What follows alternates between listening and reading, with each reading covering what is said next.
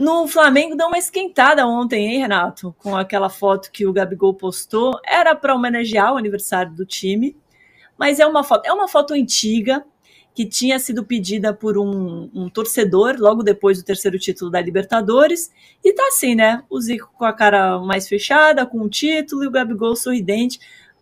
Parece uma zoação. Muitos torcedores, o Renato também soltou os cachorros aqui no UOL, o Andrade recomendou que ele conheça mais a história do clube. Essa semana a gente já tinha comentado por aqui que nesse semestre o Gabigol teve mais cartões do que gols, algo impensável para o herói que ele foi, de títulos tão importantes para o Flamengo. E aí fica a pergunta, né? O que mudou, Renato, para o Gabigol sair daquela figura que caminhava para ser um dos maiores ídolos depois do Zico, para essa que chega até a ser questionado por alguns torcedores? Por alguns não, Domitila, por muitos, né?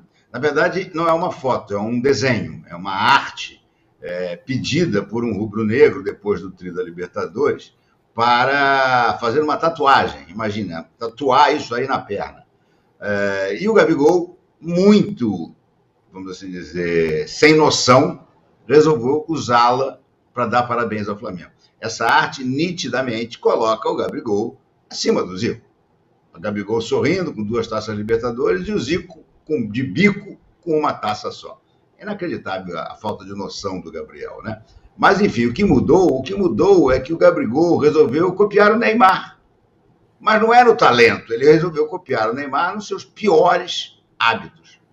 Viver na noite, não está nem aí para o resto das obrigações de atleta profissional que ele tem, tratar mal o próprio corpo e achar que pelo fato de ter sido tri da América, ele ter recebido a camisa 10, que ele agora podia tudo. Se ele tivesse espelhado no Zico, a quem ele homenageou, entre aspas, com essa charge, ele teria sido um atleta completamente diferente e muito provavelmente muito mais eficiente. Porque o Gabriel, desde que ganhou o tri da Libertadores e anunciou aos 7 ventos que estava entrando de férias e que o titular agora seria o Mateusão, ele não é mais um atleta profissional. Muito pelo contrário. Ele está geralmente acima do peso, ele está sem reflexo, ele está numa fase tão ruim que, vou contar uma coisa que é assustadora, mas foi publicada recentemente. Ele está há 10 jogos sem chutar a gol. Não é nem a questão de, não, ele está sem marcar. Os goleiros têm feito grandes defesas, a trave atrapalhou. Não. Ele está há 10 jogos sem chutar a gol. Isso para um artilheiro é uma marca que evidencia como ele está completamente fora de forma, e isso não acontece à toa. O Flamengo, como sempre, com a sua mania de passar a mão na cabeça do Gabriel, se apressou a botar o Tanuri numa entrevista coletiva, aparentemente sem motivo algum, mas logo se descobriu qual era a intenção. Apareceu o Tanuri para dizer que o Gabigol estava jogando com dores nos tendões dos adutores. Eu nunca vi uma bobagem como essa. Está com dores?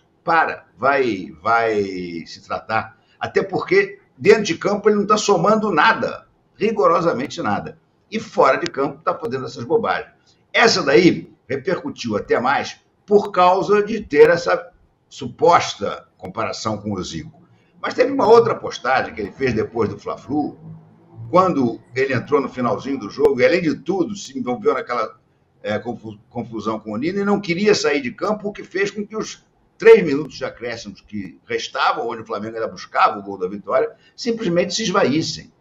Quando ele finalmente saiu do campo, o juiz deu mais 1 minuto e acabou o jogo. Então, tudo errado, a torcida enfurecida, aborrecida com o empate, que praticamente eliminou o Flamengo da briga pelo título. Aí o Gabriel, no dia seguinte, coloca uma foto dele no banco de reserva, um close, rindo, alegre, feliz da vida. A quem ele estava destinando essa postagem? A torcida do Flamengo? Porque a torcida do Flamengo estava enfurecida com ele e entristecida pelo empate. Ele está completamente sem noção. Eu digo, o Neymar, para mim, ele está vivendo... O Neymar, não. O Gabriel está vivendo numa realidade paralela, onde todos os parceiros dele devem dizer, não, agora faz isso aqui, goza isso aqui. E ele está completamente descolado da realidade. Eu tenho esperança, mas é uma esperança equilibrista, para citar a música O Bêbado Equilibrista, do Aldir Blanc e João Bosco, eu tenho esperança de que o Tite ainda consiga reverter a situação. Mas, como esperança equilibrista, eu não tenho certeza, pode ser que ela caia do arame, né? Porque a situação é muito grave. Alguém precisa convencer o Gabriel de que ele tem que voltar a ser um profissional na acepção da palavra. Ele precisa voltar a se dedicar realmente aos treinos, a poupar o seu corpo, a não viver na noite, a não estar com a cabeça mais preocupada em Lil Gabi do que qualquer outra coisa. Ontem o Marcelo passou no nosso programa, o Marcelo do Fluminense, tinha contado uma história que nós reproduzimos, em que o início do entendimento dele com o Gabriel foi dentro do Fla-Flu, no início, depois vieram as rusgas, mas no início o Gabriel estava puxando um papo com ele sobre hip hop. Imagina, o cara não Fla-Flu, um jogo importantíssimo, vai conversar sobre hip hop. Ele está completamente fora do foco e fora da realidade. É triste porque ele foi um jogador importantíssimo, jogador que decidiu 2 Libertadores, e aí de repente jogou tudo pro alto. Eu tenho medo que ele acabe repetindo coisas como aconteceram com o Ronaldinho Gaúcho, que nunca mais foi o mesmo, depois que foi eleito o melhor do mundo, e outros tantos que parece que se deslumbram e deixam a carreira escorrer. Muito bem. O Gustavo Jugendi diz aqui no nosso chat que cada vez dá a sensação de que ele está forçando a saída. Não sei se esse é o caso. O 51 é pinga, falando aqui, vem Gabigol, a Fiel te espera. Essa semana, Perrone, o Neto falou que o Corinthians estava de olho no Gabigol, mas até agora nada confirmado. A gente não sabe se é uma informação de bastidor ou apenas uma informação jogada, assim, para ver as consequências. Mas com toda essa situação, você, como Renato, está com uma esperança equilibrista aí que o Tite vai conseguir recuperá-lo? Ou é o momento de reformular e pensar numa proposta, ou ver se existe uma proposta realmente para ele no mercado? Bom, sobre Gabigol no Corinthians, eu internamente ali no clube não ouvi nada. Acho que o Corinthians é um cara muito caro para o Corinthians hoje, né? E eu tô com o Renato, assim, na verdade eu penso assim, não dá para você pegar e se desfazer de um cara como o Gabigol sem uma tentativa maior. Você tem que tentar, acho que o Tite vai tentar, é o perfil dele. O Tite não tem um perfil de desistir dos jogadores, né? Então, assim, eu acho que ele vai tentar isso. E acho que vale o esforço. Agora, só quem está lá dentro mesmo pode saber qual é o real, se o cara quer sair, se o cara não quer sair, enfim. Mas eu acho que vale a pena, é um cara de qualidade que vale a pena. Eu não consigo, assim, olhar para essa imagem que ele postou e falar qual é a intenção, se é forçar para sair, o que é, o que ele achou, se ele é maior que o Zico. Não consigo porque eu preciso ouvir o cara, né?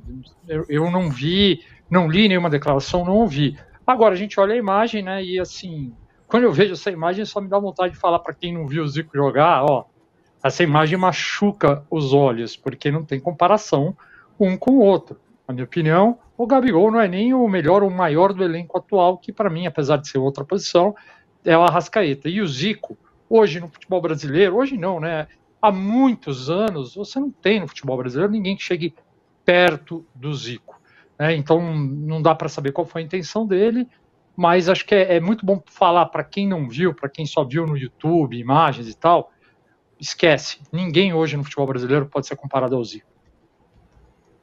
Não, fora que, além de tudo que o Zico jogou, é um cara fantástico, né? Um dos caras mais legais que eu já entrevistei, assim, um cara simpático, sabe? Gente, assim, nem sei falar, nem sei comparar com outra pessoa, de tão legal que ele é. Não, agora, Domitila, e era um exemplo de profissionalismo. O Zico se cuidava, o Zico, quando se machucava, o preparador físico, Francalati, ou o Serginho, massagista, iam na casa dele para ele se treinar, para ele se tratar quase que 24 horas. Nunca foi visto em baladas, nunca foi visto em coisas que pudessem prejudicar o seu físico. Ao contrário, ele tratava do físico dele como se fosse uma joia, que ele era uma joia, mas ele sabia que ele precisava do corpo. Então ele sempre se tratou muito. Aí o Gabriel mete a camisa 10, faz o contrário, passa a não se cuidar de nada e simplesmente ela me sai com essa publicação ridícula. Triste, vou te contar, triste mesmo. Mais triste que isso, Renato, só esse número baixíssimo de likes. Pós-feriado, a gente merece. Agora, a melhora do Pedro e do Everton Cebolinha, desde a chegada do Tite, também jogam contra o Gabigol nesse momento, né, Perrone? Sim, é uma situação que o cara já tinha que estar melhor, agora ele tem jogadores no elenco que estão sobrando, o time vai melhorando, vai ficando cada vez mais difícil. O time vai encontrando um ajuste, claro que está irregular e tudo mais, mas vai encontrando um ajuste e fica pior para ele. E aí, assim, voltando à questão da imagem, né, para quem está de fora, olha e fica pensando assim, né, poxa, o cara tinha que estar concentrado em recuperar o espaço dele no elenco, no time titular, tinha que estar se esforçando, pensando só nisso. E aí está preocupado com esse tipo de coisa. Né? Então vai, além de tudo, vai desgastando a imagem dele e é exatamente isso. Ele vai ficando com a melhora dos outros individualmente e do time, ele fica estagnado, ele vai ficando, sabe, vai demorando cada vez mais para ele recuperar espaço. Olha, o Domitila, tem um outro exemplo que para mim é definitivo. Na reta final, eu não me lembro se foi depois da eliminação do Olímpia ou antes, mas na reta final de torneios importantes, brasileiros, tudo, o Gabriel fez um festão de aniversário, há 2 dias de um jogo. Fez um festão de aniversário, fechou uma casa de coisa. E alguns jogadores do Flamengo até foram. E isso é um dos problemas. O Gabriel, ele não somente está sendo antiprofissional, como ele está incentivando outros jogadores do elenco a o imitarem. Eu cito sempre aqui o exemplo, que pode ser banal, mas é bastante elucidativo dessa história, que ele tem aquele problema que eu acho já lamentável, eu não sei como é que o clube deixa. Quando ele começa no banco, ele está sempre no banco com a camisa de aquecimento. E na maioria das vezes, de tênis ou sem chuteira. Pois bem, o outro dia, o Wesley, lateral direito, um garoto, que além de tudo, para mim, é fraquinho para chuchu, mas foi barrado pelo Mateuzinho. Quando chamaram durante o jogo para substituir, o Gabriel e o Wesley iam entrar juntos. Como é que vem o Wesley? Com a camisa de treino de aquecimento também. Ou seja, o cara olha e diz, o Gabigol faz isso para demonstrar que não gostaria de estar no banco, eu também não acho que fui barrado injustamente, também vou fazer. Imagina, gente. Ele acaba sendo uma má influência. Fora outros jogadores, que eu não posso afirmar aqui, não vou citar porque eu não tenho provas, mas que eu já tenho informações, que passaram a ser companheiros do Gabriel na noite. Então, quando você tem um jogador com esse tipo de comportamento, ou você consegue corrigi-lo, ou é melhor se livrar dele, porque ele está simplesmente influenciando mal o resto do elenco. A garotada vê, o Gabriel está fazendo isso, opa, ele é meu ídolo, então também vou fazer. Olha, o Tite está com uma banana de dinamite na mão, essa que é a grande verdade. E o Flamengo, próximo jogo, é contra o Red Bull Bragantino, pelo Brasileirão, né? Na quinta-feira. Só que tem uma questão com o Maracanã. É um jogo adiado, porque a Conmebol não permitia um jogo tão próximo da final da Libertadores, mas tem uma reportagem hoje no UOL da Luísa Sá, falando que há a possibilidade de o gramado estar pior ainda, porque antes do jogo contra o Bragantino, na próxima quinta, o Maracanã recebe Brasil e Argentina na terça e Fluminense e São Paulo na quarta. E aí, depois de todo o imbróglio, para o jogo ser adiado, a pedido do Flamengo também, a situação pode acabar sendo pior para o Flamengo, Perrone. Essa questão do gramado, né, assim, é uma das questões que a gente olha e fica pensando assim, o futebol brasileiro anda em círculos, né, a gente não consegue resolver os nossos problemas. A gente sabe sempre, você chega no começo da temporada, você já tem uma ideia da quantidade de jogos, né, cada competição vai ter, quem vai usar aquele estádio. Poxa, senta todo mundo, conversa. Agora a gente tem esse adicional dos shows, né, muitas vezes em muitos estádios, que assim, sobrecarregam os gramados. Poxa, não é tão difícil você fazer um planejamento, sentar todo mundo, vamos pensar aqui, sabe, deixar um pouquinho de lado aquele negócio, eu quero, eu exijo, não sei o quê, e cada um fazer o que é melhor, né? É inadmissível a gente continuar com esse tipo de problema ali. Vai chegar, o Flamengo vai precisar usar o campo e o campo vai estar ruim. Assim, eu não consigo entender qual a dificuldade das pessoas se organizarem e conseguirem planejar tudo isso melhor. Será que o gramado aguenta 3 dias de jogos assim, Renato? Não, claro que não. Vai estar um pasto. Vai estar um pasto, não tem a menor dúvida. Agora, por que o Flamengo vai jogar nesse pasto? Porque o presidente do Flamengo, Rodolfo Landim, cometeu uma burrice histórica. ele tinha o jogo com o Bragantino marcado e o Maracanã não ia poder ser usado. Ele entrou numa briga para usar o Maracanã de qualquer jeito, a Conmebol disse não, e a CBF interveio e chegou a uma solução paliativa, que é botar esse jogo exatamente nesse dia. Além dos problemas de gramado, o Flamengo vai estar recebendo de volta da data FIFA o Arrascaeta, o Pulgar e o Varela. O Arrascaeta e o Pulgar são dois dos melhores jogadores do Flamengo. O Varela é reserva, tudo bem, mas vão estar chegando de uma data FIFA. Então, desgastados.